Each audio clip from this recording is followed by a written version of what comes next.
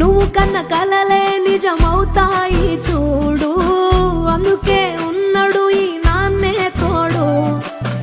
దశరథ మహారాజే నాన్నై పుట్టాడు, నువ్వు రాముడంత ఎదగ